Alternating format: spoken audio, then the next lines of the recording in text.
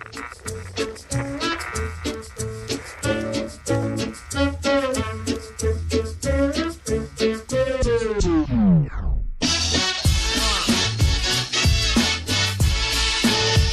and welcome to The Range Project. This is Chris McGrory and I'm currently a senior at Harvard on the baseball team studying psychology and economics. And in these conversations, I try to learn from those around me. My goal is to uncover what my amazing guests do and how they do it.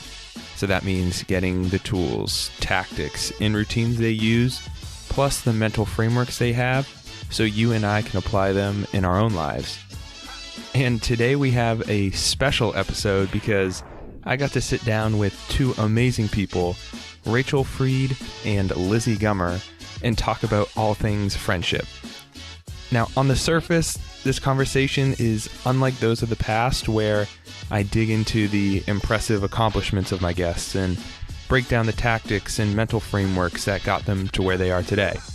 However, this conversation offers just as much, and if not more, actionable wisdom if you listen closely. So, who are Rachel and Lizzie, and why did I bring these two friends of mine on to talk about friendship? Well, Rachel Freed is a social studies major from Melrose, Massachusetts, who is one of the faces of the class of 2021 as a class marshal and puts connecting with others at the center of everything she does. From her time as a peer advisor to her work on political campaigns and teaching opportunities over the summers. I'm lucky to say I know she cares deeply about each and every person in her life. And Lizzie Gummer from Vancouver Island, Canada, is a fellow psychology major and was a recruited track athlete who also puts her relationships at the forefront of her life. From her work as the first person you meet at Harvard's Visitor Center to volunteering at an athletics camp in Vietnam. And let me tell you, she has a gift of being able to brighten anybody's day with her positivity.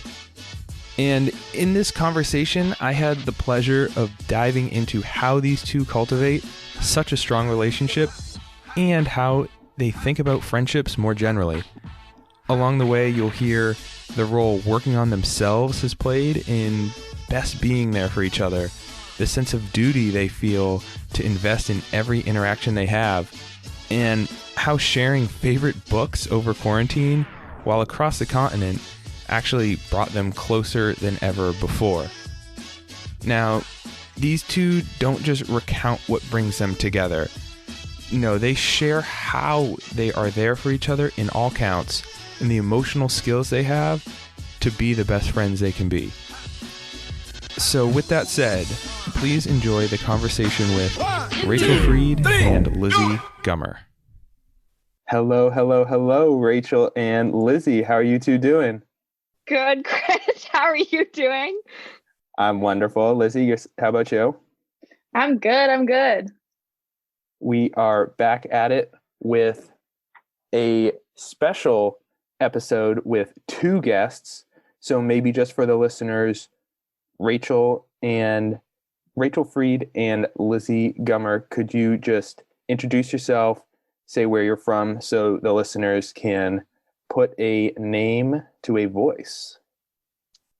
Absolutely. Okay. Hello, dear listeners. I'm Rachel Freed. I'm calling in from beautiful and scenic Melrose, Massachusetts. Proud member of Kirkland House and proud social studies concentrator. Over to you, Lizzie. Thanks for that intro, Rachel. Hi guys, I'm Lizzie. I'm calling from Vancouver Island, from Comox specifically, which is just over on the west coast of Canada. I am a Kirklander as well, not currently enrolled though, so one day. And for all of those who might not know where Vancouver Island is, can you give us a reference point in the continental US, please? Yeah, so you can actually take a boat from Seattle, Washington. So it's quite quick from there. It dips down onto the kind of west border of the US, Canada.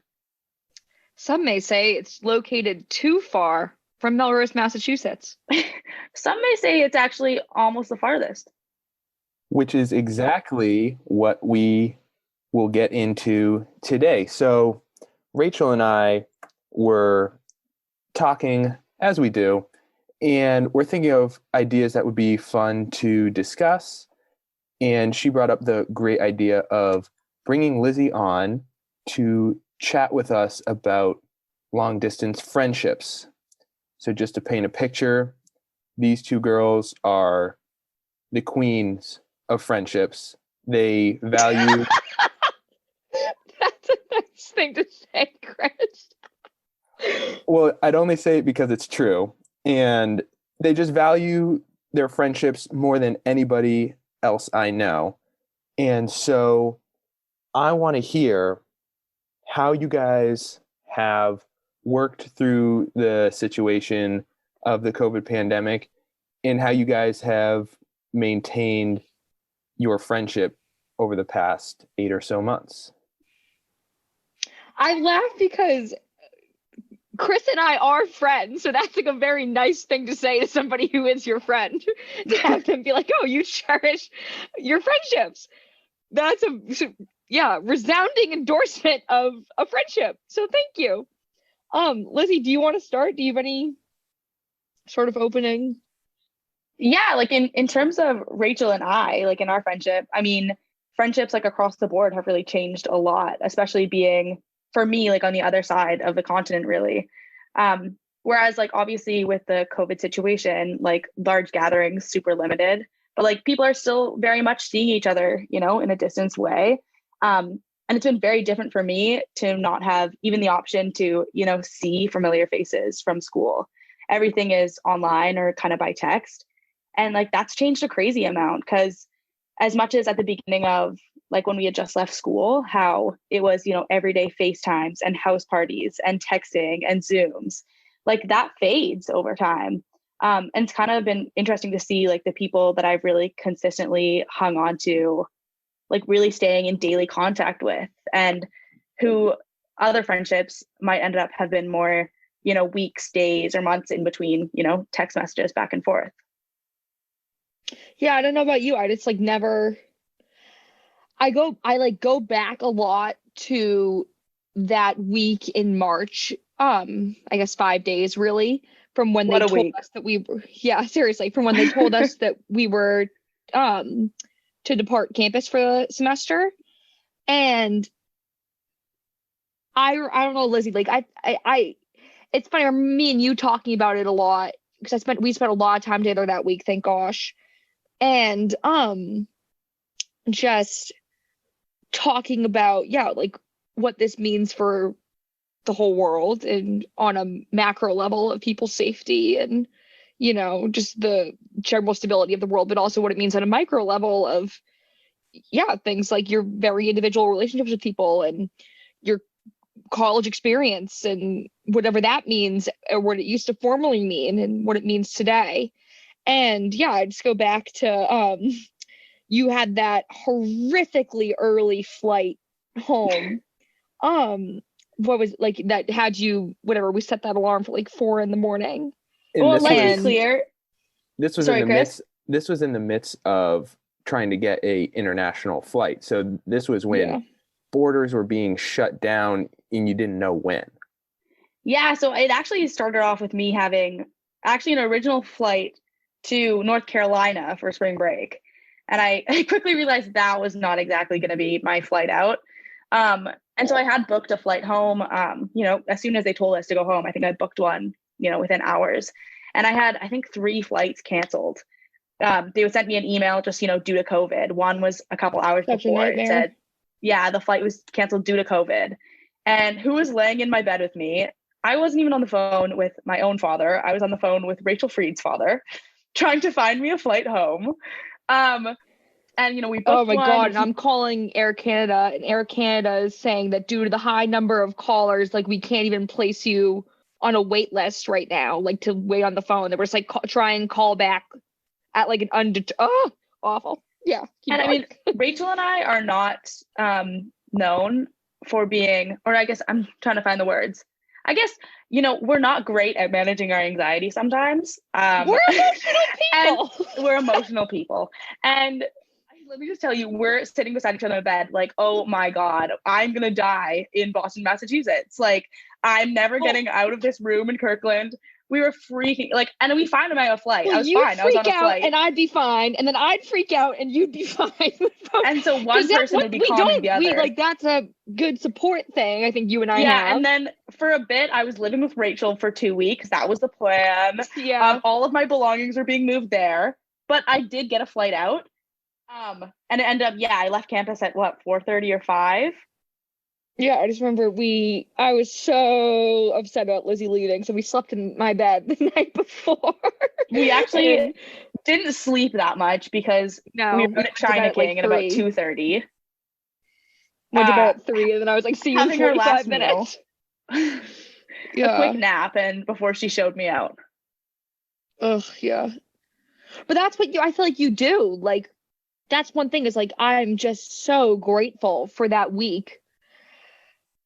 Just because, like it is, I've not seen you in, more than 9 months now, which is insane. The baby we've had together could have grown. Like, the child that we nurtured didn't land, wasn't developed. You can cut it.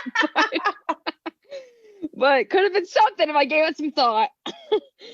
That's all right. That's all right. And let's zoom in on the time. So I think Lizzie mentioned there was this period of time right when you got home. I was FaceTiming everybody under the sun every day. And then over time, I'd like to hear, did you guys find that some relationships grew stronger over the course of the past quarantine period? I found like those who I really want to connect with, I make a point to connect with. And that's not to discount the other relationships, but I'm feeling especially grateful that I have those people that I want to reach out to and they're reaching out to me. And I don't think I would have had that without all this time physically apart from each other. Well, yeah, I do find that quite interesting in looking at, I think some of the relationships that I have maintained wouldn't have necessarily been the relationships I would have expected to maintain. There's definitely been a lot of like friendships that I've had and totally loved and, cherished at school, and who are people that I wouldn't have expected to necessarily continuously communicate with, but yet are people who I'm checking in on and who are checking in on me, even just, every few weeks or something. It's interesting to see what has been continuing, not necessarily, has been everyday consistent. But just kind of seeing the kind of people who really like care about what's going on. Yeah, but again, like that at all doesn't discount so many of my friends who I so love and adore, who, I haven't been the best at checking in on. And, you just get caught up in your life, which is kind of a funny thing where I think a lot of relationships with people who I saw every single day at school, I'm so not used to picking up my phone to contact them that I feel like those relationships have actually been lost a little more. Yeah, kind of going off that of just like the element of it doesn't discount different relationships. So this is kind of jumping the gun a bit because I know we're going to talk about books later. But one of my favorite kinds of books to read are, and something I'm so fascinated about and always really have been, are books about relationships, and not just like romantic relationships, but platonic and familial and just like our connection to each other.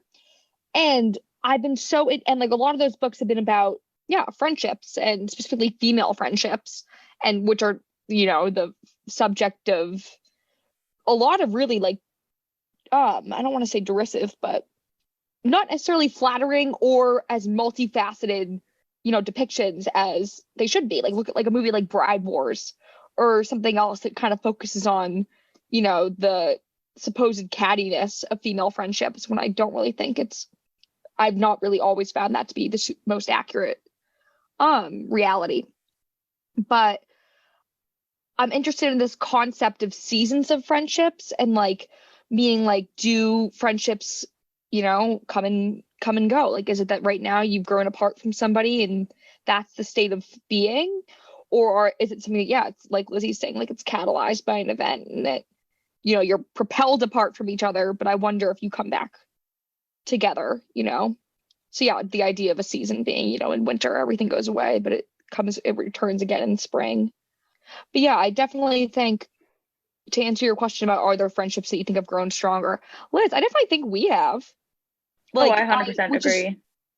Which is so funny because we've had so much time, I think, to talk and reflect about big moments in our lives that the other person hasn't been physically there for, which has been so weird, but we're doing it. And I think that's also so funny because, and Chris, I don't know if you're familiar with this, but the concept of love languages, have you ever had the 5 love languages? Has that entered your life? John Gottman research? Yeah. Okay. I think so. I'm wrong, but please elaborate and teach me. Go off, psychology people. Lizzie, Lizzie will explain it better than I can. Yeah, the 5 love languages was actually a book by Gary Chapman, but more familiarly, it is an internet quiz. Yes. Yeah. 5lovelanguages.net, if you will.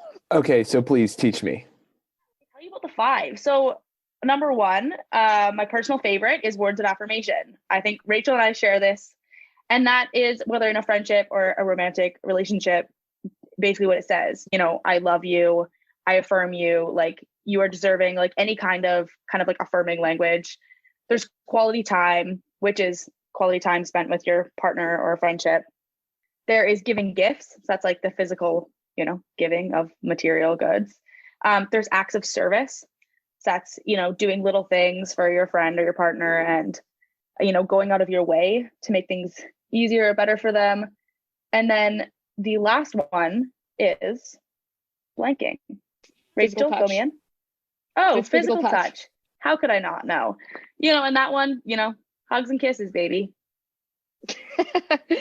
But yeah, so it's like Lizzie and I think I have everybody in my life take this quiz because I think it really helps you identify how you can best be there for another person. Like I was trying to explain this to my mom the other day. I was just like, oh, like how much words matter to me and how like just important, I think, identifying what somebody else needs in a relationship is, regardless of what the nature of that relationship is. So that Lizzie and I, have identified what the other person needs and yeah, that's something you can work to cultivate regardless of distance. And I think like learning that about each other, especially like we're both big words of affirmation people, which is luckily an easy thing to share over the internet. And like it's just kind of knowing what the other person, maybe not even like needs to hear, but like kind of like, I think almost, I guess needs to hear is the right phrase. Like not necessarily what they want to hear, but what they need to hear is more what I was going for. And just the idea of Rachel putting in the time, both of you putting in the time and energy to think about what your friends need, how to strengthen those relationships. Not many people do that. Not many people think about it as something that they want to study and better understand, and as a result, do the best they can. Was that something that you learned, or was that something that just felt right? Like, hey, if I'm going to have a relationship with a friend, I'm going to do it the right way. Lizzie, can I take this first? Please go, take it away. Well, because I think it's one thing, I think it's something you do learn. Like perhaps there is an innate quality towards, caring about the people, but I think everybody possesses that, maybe varying degrees of that, but everybody possesses it.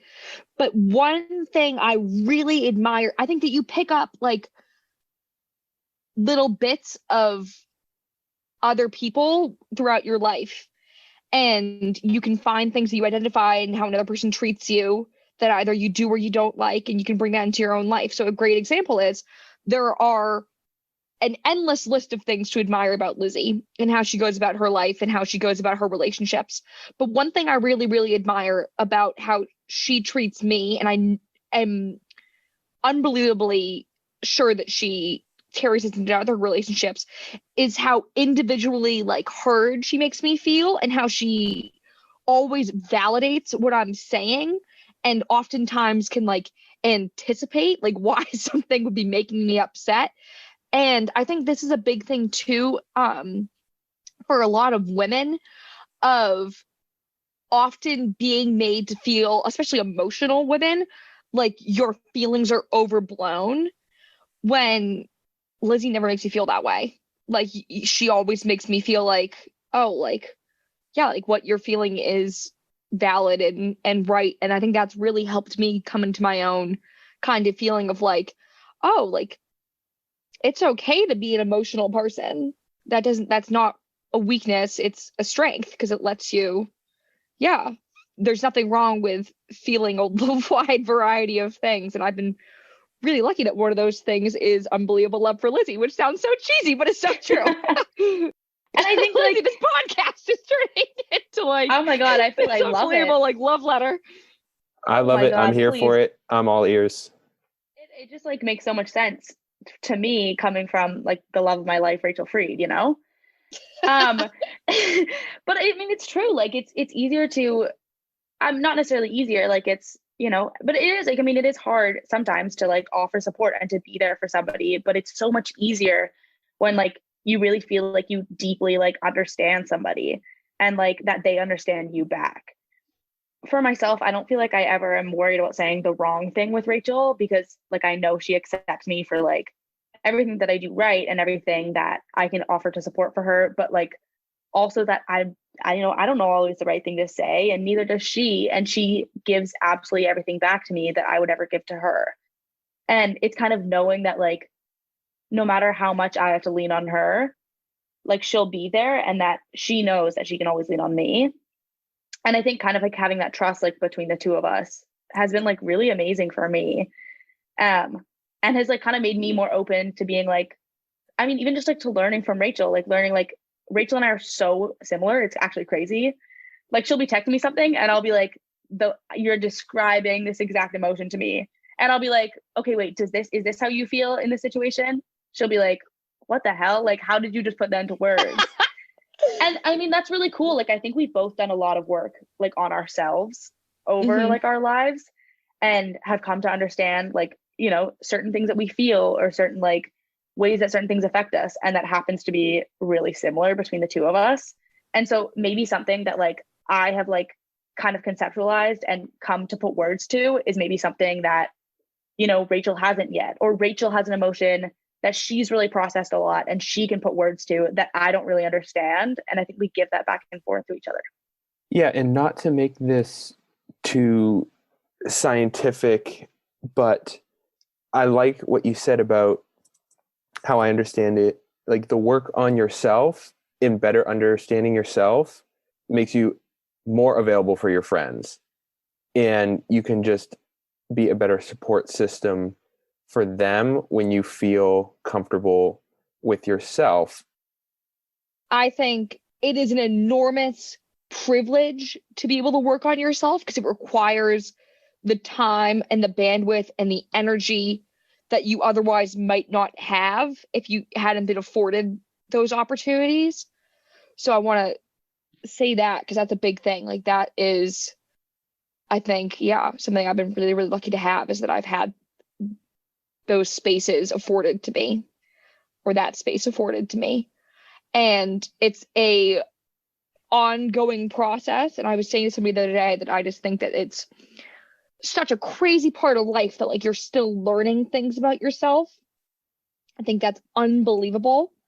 And I think the more you learn about yourself, like you're saying, Chris, like the more you're able to identify things that you need in other people, things that you can give to other people, things you have in common with other people. And Lizzie brought up this component too of like there's something really incredible about being understood by somebody who you understand. And I think the more you know about yourself too, the more work you're able to do on yourself, the more you're able to identify commonalities in just enormous groups of people and different levels of understanding. And you're also able to identify too, like different things that are more important, different value systems, different, hobbies, different ways of looking at the world that are more important that you share than other things when you're forming a relationship. And also, yeah, I think one thing that like I appreciate about college, and this is going way back to what Lizzie was saying at the beginning of, like, there's not necessarily friendships that I was expecting to carry over into this virtual space, that you have a whole variety of friendships that are all in different seasons, so to speak. And yeah, that also are all different levels of understanding. Like perhaps there are friends in your life, like, who, you really have hit it off with about one specific thing, and that's your friend that you go to talk to about, Teddy Roosevelt, but maybe it's not your friend that you go to talk about, music or something like that. So yeah, I think that there are people that you have for some things and people that you have for everything, but perhaps the key is to be there for them when you can for anything. Yeah, that's really well said.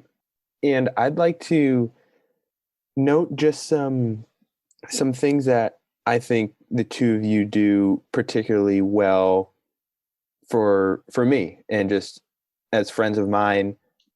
I think Lizzie has an unbelievable amount of positivity that you don't find in many people. And Rachel, I know I've told you this, but you are the best at multiplying good news. You come to Rachel with good news. Lizzie, have you experienced this? Where you come to Rachel with good news and you just will feel come 100 times better after. Oh my gosh, I'll be like, literally the smallest thing. Like I'll have a small quiz that maybe I was nervous about. I'll be like, oh my gosh, it was fine. I got, a 92. I'm like, oh great. I'm so happy about this. It will be like you just graduated top of your class. Rachel will walk through the courtyard being like, did you hear about Lizzie's test? Oh my, Lizzie, like come to work being like, everybody, did you hear about what Lizzie did? Lizzie is a genius. She is a mastermind. She is the queen of college. Sorry, don't mind my best friend. And like, Rachel. Insane. And Rachel, have you had days where you just might not be on, but Lizzie's nothing but positivity, and that's exactly what you need? Oh my God. Yeah. Well, Lizzie has been on the receiving end of just many a tearful phone call from me, in which, yeah, about, gosh knows what, a whole variety of things. And yeah, just sometimes you just need to talk to I've got a friend who often says, like, sometimes you just need to hear a song that you know the words to. And sometimes you just need to talk to somebody who loves you. And yeah, so I think having that somebody be Lizzie is crazy, because yeah, she'll pick you right up. And she does that for any number of people. And I've been lucky enough to work with Lizzie at the Harvard Visitor Center. So I've seen her do that for perfect strangers. And there's no greater joy than like you see people come to the desk, and I think that's one of the most spectacular things about going to Harvard is the people who come from all over the world to see the campus, and you could do anything in your time in Boston, anything in your time in the United States, but you come to the visitor center and you see me and Lizzie. And yeah, I think that's just awesome when, you have Lizzie saying something, oh, where are you from? Oh, where about? Like, just, I think it's just fantastic. People walk away with a smile on their face, and she does that with any number of people in any number of environments. Yeah, I think it's awesome. And maybe let's bookmark the tour guides. I think we might be able to come back to that down the road, but I'd like to better understand these, I don't want to say character traits, but because I can't come up with a better word, those things I mentioned, are those natural to you guys, or have you found you need daily reminders? Like, all right, this is the type of person I'm going to be. These are how I go about my life. Or like I said, does it come naturally? I think Well, it doesn't. oh, Oh, you go. no, you go. Oh no, you go. Okay. I don't know. Like I find that it doesn't necessarily take daily reminders of, I really want to be, joyful or like present or, positive to the general public today, but more just like takes effort. And I mean, there's definitely going to be some days where you choose, to be negative, but you choose to not put the effort in necessarily to be sunshiny. And some days you're like, hey, this is not going to be my day. And I have a lot of people go, oh, like I really have days where people will go, what is wrong? Like, what is going on?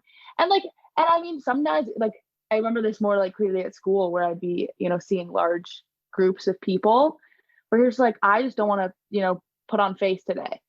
And that's like not necessarily to say that like there's tons of days where I'm struggling and I put on a brave face. Like, yeah, like times are tough sometimes, but it's more just that I think like putting in the conscious effort to be, like how Rachel, like to like, actually, what? One thing that I've learned from my mom, which is one of the many, is to put in the effort when seeing somebody. Like this is just a good example for me. Like my mom taught me that when you see somebody, like the best way to like be positive and like, I don't know, spark joy in other people is to light up. And she says this about parenting us, she's a kindergarten teacher. So she says this about, first thing in the morning when she sees her kids is to light up. And that kind of just means, when you see somebody for the first time, it doesn't matter if the last thing you want to do is see them. The last thing you want to do is be in public, is just to put on like oh my God, it's so good to see you. Like, what's new? Like really to like light up your faith and your attitude and, have some joy about seeing that person. And that changes not only like how they're feeling and how they feel about that interaction, but like yourself, like, and that really like incites some kind of like reaction from the other person. And that I think just creates like a positive atmosphere for everybody. And so I try to think about that quite a lot in my life. Oh, I love that. I think that's wicked good. I also want to disclaim, because I feel like this is often something, and this is something that just like has always been a comment that like really gets you. I don't think what Lizzie's talking about, either thing. So the beautiful advice from her mother, Celine, Angel on Earth, or the kind of difficulty of, the days in which you, to quote Lizzie poorly, you don't want to be sunshiny. I don't think that makes this positivity fake. That is a overwhelming criticism I have heard in my life directed at a number of people, is that, to be like this means that you're being fake. And I don't think it's that. And I've not really found, I can only speak for myself when I say it's genuine. And I know it's genuine, Lizzie. Actually, I can speak for Lizzie. I know it's genuine. And to do a thing like what her mother is talking about, of like putting on a light up face, does not mean you're being fake or that you're truly hate the person. I really just think it's about what we owe to each other and what it means to be another person in the world. And, this, shared kind of humanity aspect, shared human experience aspect. And of just like, I do think it's so important for me every day to try and be generous with other people. That's a really important thing for me in my life. And that there are so many good, and like to answer your actual question, Chris, of like, is it effortful some days to be high energy? Just because, you're a human being who sometimes I'm tired and I'm hungry and, I'm anxious and whatever. And sometimes the dining hall is really loud and stuff like that. But to be kind, I think, and to recognize the small joys in the world. And more than that, I think there's just such a singular joy in somebody sharing good news with you. I think to be somebody who someone wants to share good news with is just such a singular gift and the most exceptional honor. I really think that, because it's such a personal part of their life, whether it be what Lizzie's talking about of like, a small test or, Chris asking you to be on his podcast is good news. Like, I just think it's such an awesome thing to be led to somebody else's life like that. I sent my roommate Jackie, who I just adore. I adore all my roommates. I've been very, very lucky to find them. This morning was a BuzzFeed article that was talking about urban galaxies, I think is what it was called, urban constellations maybe. But basically it was this beautiful series of photographs of apartment windows, and it basically like captures them so that each individual window looks like stars. And there was one I titled something to the effect of like galaxy something something, but it showed about 100 apartment windows. And I said to her over text, she was like, this is the one that really struck me. And I said to her over text, like, oh, like, you know, something along the lines of the title is fitting just because like she said, oh, it really is crazy that each of these windows houses somebody's own world. I was like, yes, everybody lives in a galaxy unto their own, which is just, yeah, so crazy. So I think being able to share in good news is letting somebody into your galaxy, which sounds so cheesy, and I'm saying it and I'm like, oh, but yeah, that's basically, I just try and remain really cognizant of that. And I don't think I don't want to say a lot of, but just the fact that that is a value of yours and something you recognize, that makes a lot of sense in how you go about your days and treat others. So that little reminder in that value of generosity maps onto the behavior that I see, which is why I love having these conversations, because I'm better understanding like that framework of where you're coming from. And so although we've all been apart from each other, we have found ourselves closer to our family, our immediate family. And at least from the social media presences of one, Rachel Freed and Lizzie Gummer, and having talked with you guys as friends, you guys are particularly close with your family. And I don't know what I feel closer now with my family than I did previously. And I recognize that's privileged, and a lot of people have different experiences having been home with their parents, guardians, siblings, what have you. Have you guys always been close with your families?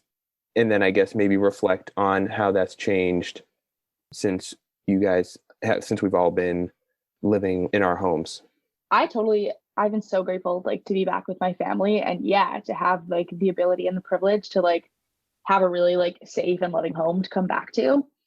One of my favorite parts actually of the entire, really quarantine lockdown was when I first flew in from Boston. I didn't fly to my hometown. I flew to my sister's town, which is about an hour south of me on the island. And I lived with her for about 3 weeks. And that was so fun because I haven't lived with her since high school, probably I think 4 years ago, I guess, is when she moved out. And we did not live well together at all at home, like constantly at each other's throats. I mean, like we still ran in the same friend group, but really we're not the best of buddies. And like when I went away to school and she went away to school, we became a lot closer. And she came to Boston to watch me run in our conference and to, just hang out after that. And so we like have slowly gotten closer, but I think those like 3 weeks of being together, like one-on-one, literally zero other people, was so fun and like was such a privilege to have like a place like just alone with her that we could like become a lot closer. And now she's been back in school and I've been working full time. So we've been in separate households, but she's home for the holidays. And it's been so nice to see that relationship grow. But like on the flip side is my oldest sister, Anna. She is on the other side of the country, somewhat in Montreal. And I've seen her a lot less than I would actually usually see her given the travel situation. So I don't know, like it changes with my family, like how those strengths of those relationships have changed. But I mean, it's as such with Rachel, it's learning how to keep relationships in contact, not necessarily from a close proximity. Rachel, what about you and your siblings and parents in Melrose? Yeah. So like Lizzie, I'm from a family of three. So I've got two little siblings, and I can say that, yeah, I'm really, really lucky with my family. I really, really love them. My parents have worked really, really hard to give us a safe and happy home where like we're able to grow and focus on, the things that we want to focus on. And I'm just enormously grateful for that. And my dad is somebody too who works really hard in the workforce.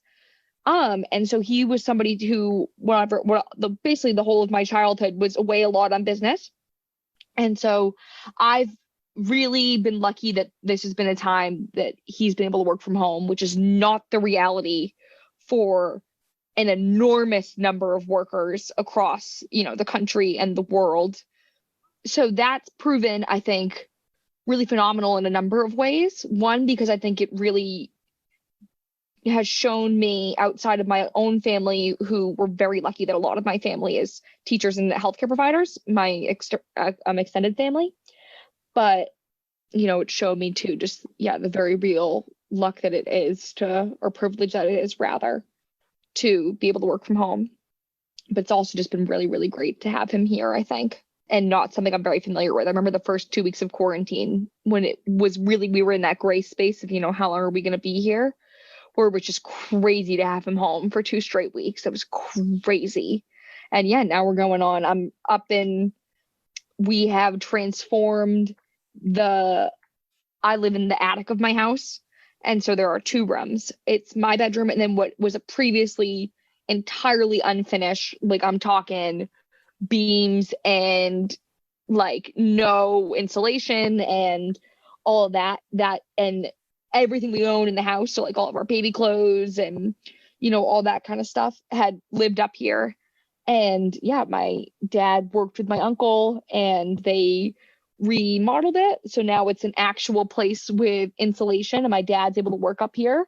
So he every morning takes his commute to work, which is going up the attic stairs with my dog in tow. And I that's been really, really great, I think, because I used to like the sound that I used to really associate as a kid with him going to work is just the way that our house is built is there's just like it's an old like Victorian kind of house and it's not super enormous, so you can hear everything like from wherever you are. Like I can hear it on the first floor from my bedroom super easily. And I used to be able to hear him going to work in the morning.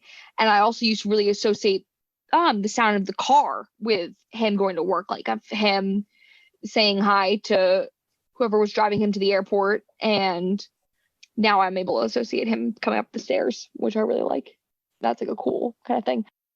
I also kind of want to say, like, candidly, living at home is not easy.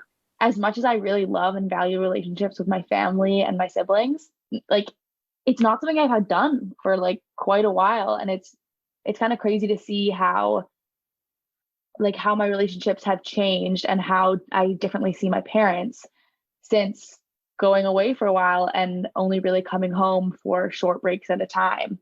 I didn't like spend last summer at home. I never spent much of the winter break at home.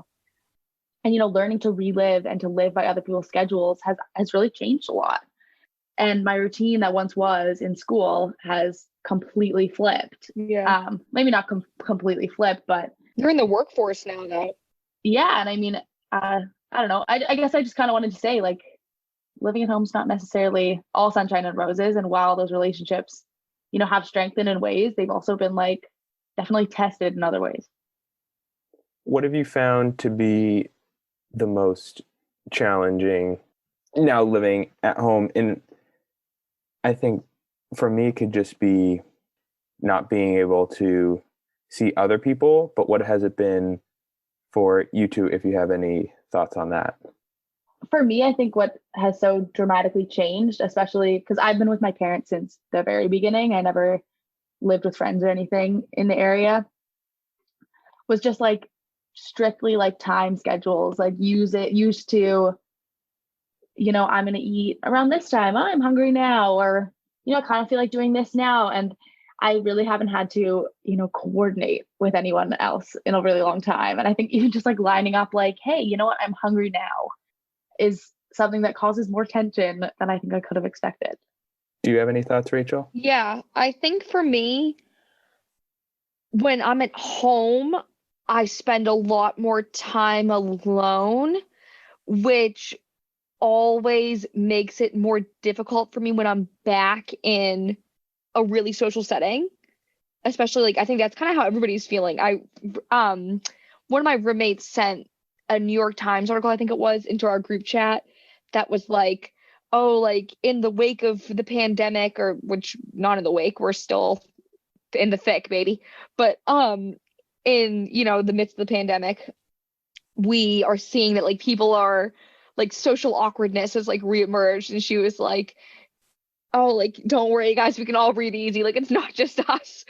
Because yeah, I think that's been a difficult aspect. I think for me it's just that I crave routine. I think like a lot of kids who we go to school with do, a lot of people do in general, and I don't really have one at home.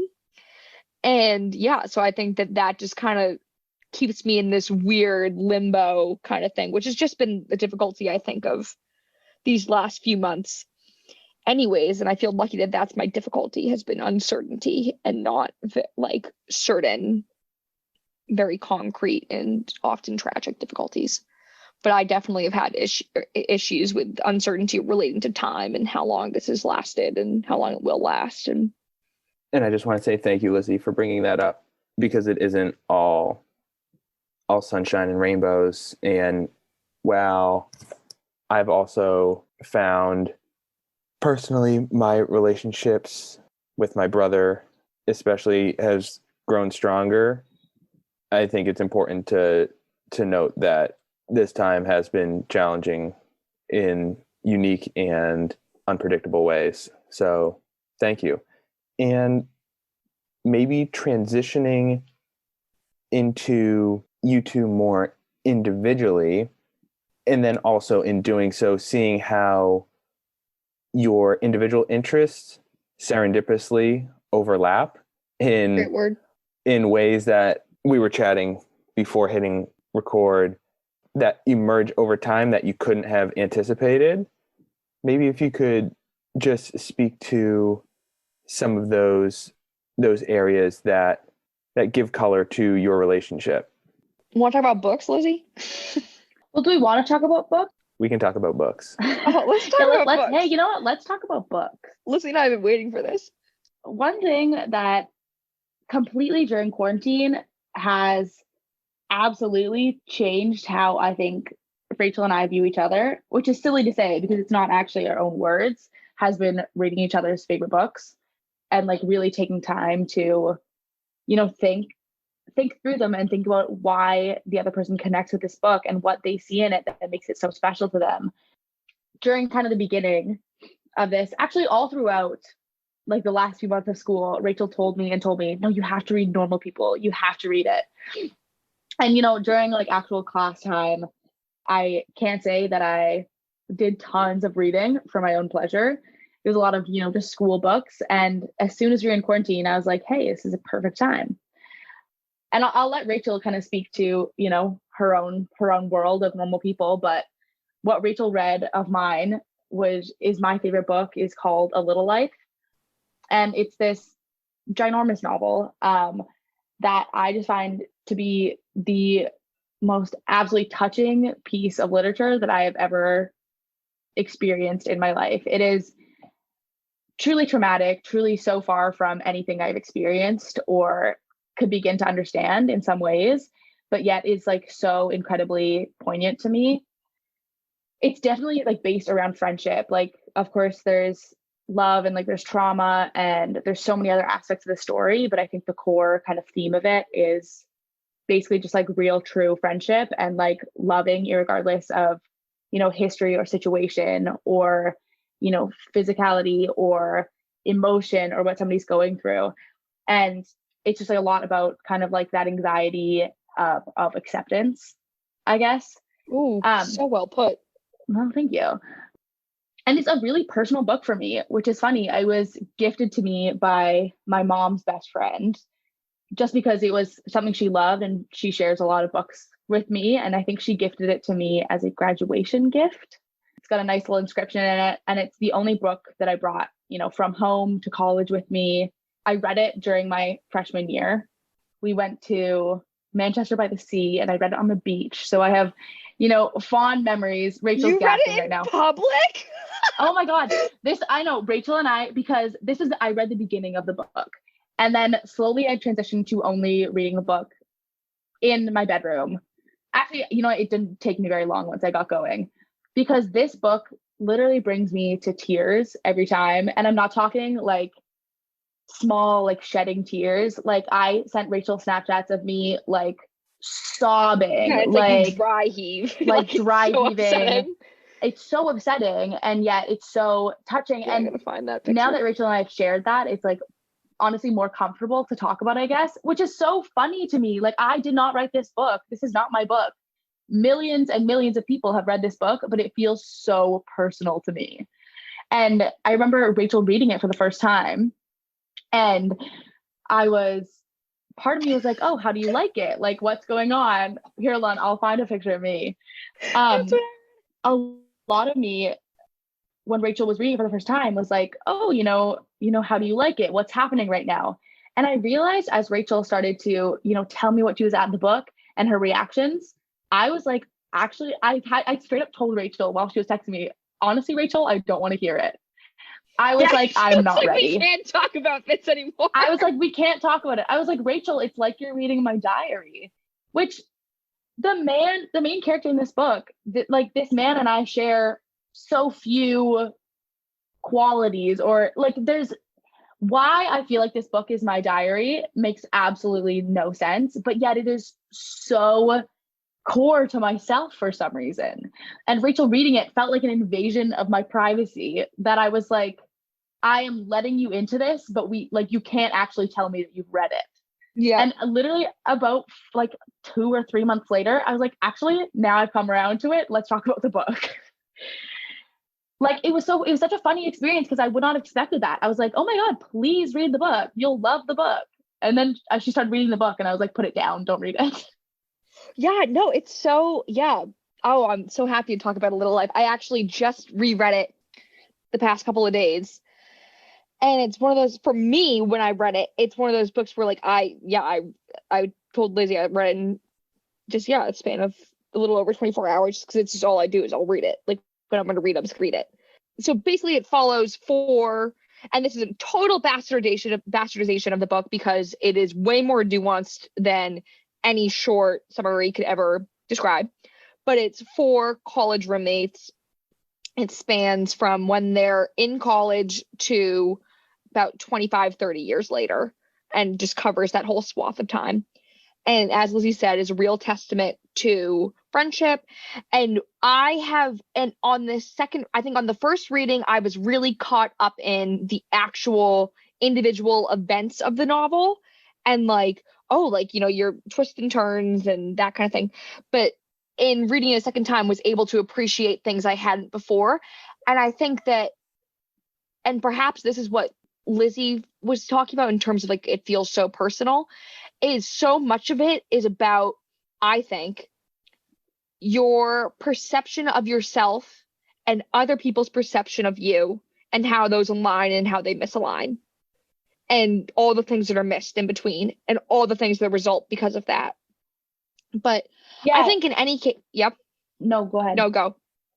Well, I think that's something that Rachel and I kind of like share in theme, is kind of like a theme, I think, in our friendship is our own like self-perception and our own self-view versus how we view each other.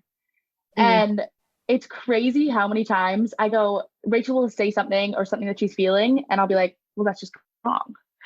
And I'll go, well, no, like something like when she's speaking of herself sometimes, where I go, well, that's just simply incorrect. Like, I view you as such a perfect human being. I don't understand incorrect. How you could think that. That's just simply wrong. And so even though this really takes it to an extreme that we're not necessarily identifying with, there's still just this overall theme, I think, of the way that you necessarily view yourself versus how when you like really love somebody, how you view that other person. Mm-hmm. Yeah. I really love that idea that I'd say maybe something I'm learning about your relationship and reflecting on the relationships and friendships that I have that are the best is that they help you like see the true you when, I mean, our self-talk can be dark and, as Lizzie said, incorrect, but no matter how much justification or rationalization you do in your own brain, sometimes it takes that trusted other to reflect it. So it's really interesting to hear that theme in the book is also reflected in your relationship. Do I have that right? Yeah, I'll show you a brief intermission to show you a Snapchat that I sent Rachel of me reading the book. Live look. No, it's just there's just pouring, just absolutely everything. But I brought a quote. Lizzie, do I have permission to read a quote from the book? Oh, please. It's innocuous, but I think it ties exactly into this. So basically this is touching on that. This is from A Little Life, and it's touching on that theme of, friendships and what Chris was just saying of their role in shaping you and you shaping the other. And this is the main character. I don't know if he's necessarily the main character, but he seems to be the axis around which the rest of the book revolves. I'll say that. Says this. So he's in his late 20s in this scene and says this to the 12-year-old boy that he tutors. And this boy has shared with him before that he is fearful that, he is destined to be alone for the rest of his life. Basically, he'll never find friends. He's all that. And Jude says, the main character, Felix, he begins, I never had friends either. Not for a very long time. Not until I was much older than you. He goes on. I wanted them too, he continues, going slowly now, because he wanted to make sure his words come out right. And I always wondered if I'd find any, and how, and when. The writer goes on to describe. And then I went to college, and I met people who, for whatever reason, decided to be my friends, and they taught me everything, really. They made me and make me into someone better than I really am. You won't understand what I mean now, but someday you will. The only trick of friendship, I think, is to find people who are better than you are. Not smarter, not cooler, but kinder and more generous and more forgiving. And then to appreciate them for what they can teach you and to try to listen to them when they tell you something about yourself, no matter how bad or how good it might be. And to trust them, which is the hardest thing of all, but the best as well. You're going to make friends, Felix, he says finally. You will. You won't have to work as hard at finding them as you will at keeping them. But I promise it'll be worth doing. Yeah, I think that kind of... I'm crying. Oh, I know. I agree. It's so moving. Because that is so much of it. It's just, that's what we owe to each other, is to, I think to support people as they try and become that better version of themselves. And give to others what you can. And just to try and strive to be that best. So that's why this book, I think, has become one of my favorites, not just for what it is on itself, but what it means to Lizzie. And I think what she was saying too, I understand why it's so personal. I felt the same way when she read Normal People. I feel that anytime someone reads Normal People is a hard word for me to say, I'm realizing. But which is a similar book about basically like this idea of, if not, your perception of yourself, just like misconnections and just like how things get misconstrued and how we're caught up in our own head and things like that. So again, just all about the entanglement of humanity, which I'm sure in 20 years, I will re-listen to this podcast and say, oh my gosh, Rachel, you are 22 years old and here you are philosophizing about the entanglement of humanity. What do you know? And what do I know? I know nothing, but I'm trying to learn more from the people around me. And that's all you can do. But it's so important to say you know nothing right now, because gosh darn it, I don't. I love that quote.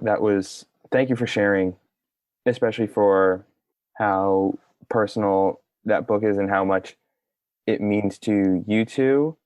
Like you said, just sharing a little sliver of that with me and all the hundreds of millions of people listening. The folks at home. Maybe just my mother. But certainly Matt. That's all certainly Matt. But I'm not really sure where to go, because that so wonderfully wraps up everything that you two value, and also it brings us together. And what brings you together. Absolutely. So thank you guys for sharing your favorite books, Normal People and A Little Life, because as you may or may not know, that is one of my favorite rapid fire questions. But something that we haven't really touched upon is how you guys do what you do, both uber successful in your own rights. And I'd love to know, we're not always perfect, but when you guys feel like you're on it, what do your favorite routines, rituals, or habits look like? What's kind of funny is that something that is to do with a lot of my routines, it really incorporates friendships. And that was a lot of at school. Definitely was starting my day with a big breakfast. I'm talking everybody in Kirkland House sitting at the table, eating up our oatmeal, scoop of peanut butter. But seriously, like sitting around having meals was, a huge part of my routine, which has changed. And for me, I really think like my day is so much worse off without connections. And while that doesn't necessarily like fit into a set routine for me, that was one easy way that I found that when I was at school was, a morning breakfast with friends, a nighttime lunch, like a dinner with friends. And I think that does make me feel on it, is that I get a lot of energy from other people. And that really worked as like a flow for me. And how that's changed now, it's not necessarily that, but it's getting into a routine of speaking with people and connecting with people. Like for me now, routine is Sunday football, and it's waking up and watching a game in bed, and then getting up, making a brunch and watching more. And that's not the same as it was in a big scheme of, school and friends, but, it's family and a few close friends. And, it's different, but it's kind of making connections. And I love that you brought that up, because as I'm in this moment reflecting on my morning routines, just more generally, is that's something I've really missed since being at school. I mean, just to paint a picture, it would be at least 4 people at a table. We'd all be eating breakfast. And even if it was just for like 10, 15 minutes, that social connection just started your day off on the right foot. And I was lucky enough to live with my 2 amazing roommates, Matt Thomas and Ian Leifer. And your days just kind of started on your own schedule. And I mean, I would eat my breakfast in front of the computer, and that loses that sacred time of breakfast or meals shared with others. So thank you for bringing that up, because as many know, food is very important to me, and making food plus relationships is just a dynamic duo. But I'd like to flip it to you, Rachel. Any routines or rituals that are most important to you when you feel like you're on it? Well, I'm just laughing at the breakfast references, because I think I've made it to 5 breakfasts, like, period, in all of college, people there or not. I like to sleep. Like, I will not be up for breakfast. So I think that's a big routine for me, is probably more sleep than the typical person needs, but I really like my 9 to 12 hours every night. But yeah, like Lizzie said, I think knowing you and knowing your roommates, and you guys, I think, really thrive on order and really structured time. You are no stranger to the power hour, and not in the sense of drinking, but in the sense of, guys, what if we turned off all electronics in the house and all this worked for an hour? And I think that so much of how I go about my life is so social, like even the way I work. And that's like one thing I really miss about being at school is like, yeah, Chris, like there were some nights that like, yeah, like we'd be in the dining hall and you'd be working at a table and what you doing? And then next, no, I'm sitting there. Or yeah, me and Lizzie doing work in the Smith Center, work with quotation marks around it. And yeah, that's, I think, one of the best things is that's a routine for me, I think, is parsing your moments up by who you get to share them with. I like that spin on that question, because obviously the answer you would expect to hear would be, oh, I wake up at this time and I do this for 30 minutes and then I go to the gym and then I go to breakfast and I do this, that, the other. But yours is a lot more fluid and brings us back to relationships, like what you value most. So that makes a lot of sense. And I think it's important to note that in the hyper productive environment of Harvard, that's unique, but also important to note that that's what works for you. And at the end of the day, we're at the same spot. It's just kind of like different strokes for different folks. Mm-hmm. And so thank you too for sharing and giving me a deep dive into your relationship, because it's been so fun just to kind of be a fly on the wall listening to how special it is and how that manifests. And this might be a dead end, but I like to end with asking my guests if there is a quote or mantra you live by or find yourself repeating often, because I've found that those words, and they change for me, but those words give me direction. And I was wondering if of late you have a phrase that's particularly meaningful to you two. What's yours, Chris? Of late?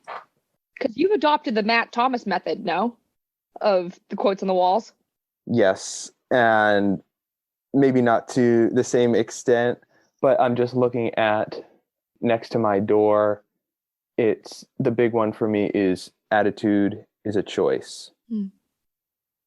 That is really important to me in seeing no situation as good or bad itself, but it's largely up to my perception and how I go about interpreting the world. And it just kind of puts a lens on how I interpret events that are out of my control. And yeah, at the end of the day, I choose my attitude. So thank you for flipping the question on the questioner, Rachel. But now I'm going to boomerang it back to you two, if you would be so willing to share. To once again go back to Lizzie Gummer. One quote that she's just reflected on me quite a bit lately that actually comes quite into kind of the theme of today's talk is a quote by Ram Dass, and it's we're all just walking each other home. And she says that to me quite frequently, not even necessarily when it fits. But I think a lot of things in my life, I think I'm extra endeared to, partly just because they come from my mom. Speaking in terms of like all of my friendships, how, everyone's kind of on their own journey, kind of cheesy as it is. And you're going to meet people along the way who are kind of going to help you along there.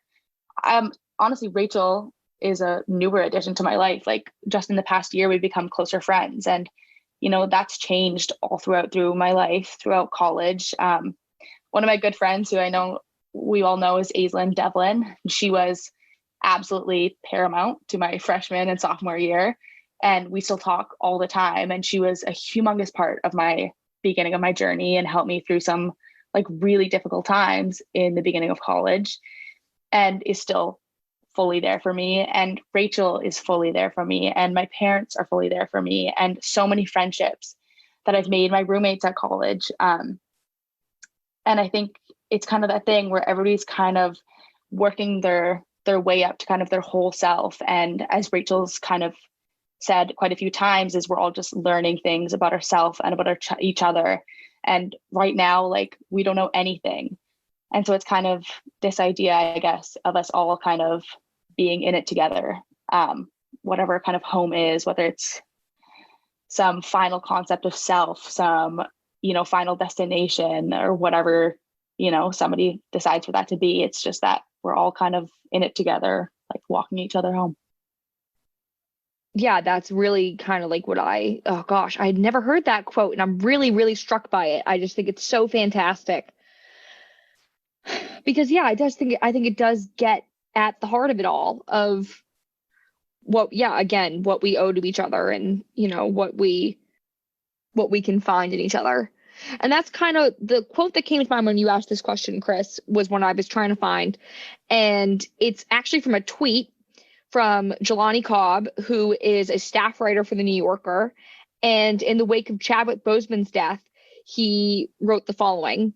So he said, "From the first week as a freshman at Howard University, it was drilled into us that we were obligated to use our talents on behalf of other people. We are obligated to use our talents on behalf of other people." And I was and he goes on to say that, that was how Chadwick Boseman lived his life, especially when he was sick, especially when he was, he's sick and he's visiting children in the cancer ward. And, that he writes that staggeringly selfless, brave, and compassionate, and which it is, and so many other unbelievable things, and is one testament to, I think, that we are obligated to use our talents on behalf of other people. And I think that that's what I'm striving for my own life, and what I'm trying to remind myself of. And the enormous privileges afforded to me, and whether those be, my education or my location or who I am as a person, or the people in my life, just using those things to eventually give back, or to sooner than eventually give back, I think is huge, and help other people on their walk, to use Lizzie's quote. And really, like, even going back to a little life and finding friends who are better than us is, like, I think that Rachel truly used her talents and her ability to, like, light up and show excitement and to be generous and to be kind is something that she absolutely shares with other people. And I think it's that kind of, like, finding somebody with talents in, in compassion and in being in friendship, that's kind of brought us a lot closer, is being able to kind of share that with each other and build each other. Yeah, things that I learned from you. Truly.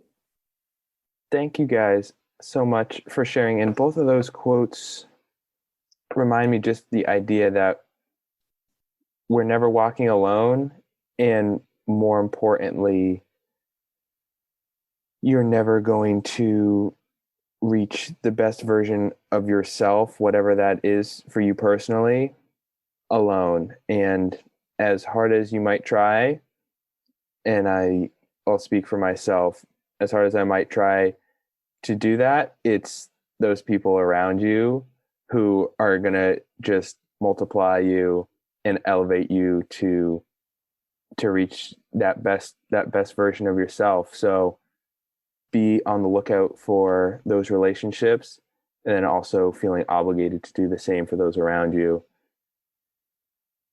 It's been an absolute joy to get on the microphone finally with you two, and to just hear about how you guys think about the relationships and friendships in your life, and hearing you reflect on what has influenced you and the values you hold. It all makes sense, and it adds up to how you guys go about your lives. So thank you for sharing. That's really all I can say. Oh, no, thank you, Chris, for the time and the energy it takes to listen to us and to put this kind of stuff together. And it's really, really, really awesome what you're doing. Yeah, Chris, all thanks to you. I do it, I've said it before, I do it selfishly because it helps me learn. So that's all to say. Thank you. We love a lifelong learner. Thank you, Lizzie. And I think that's a great place to wrap up. So thank you. And as always, we will connect. Thanks, Chris.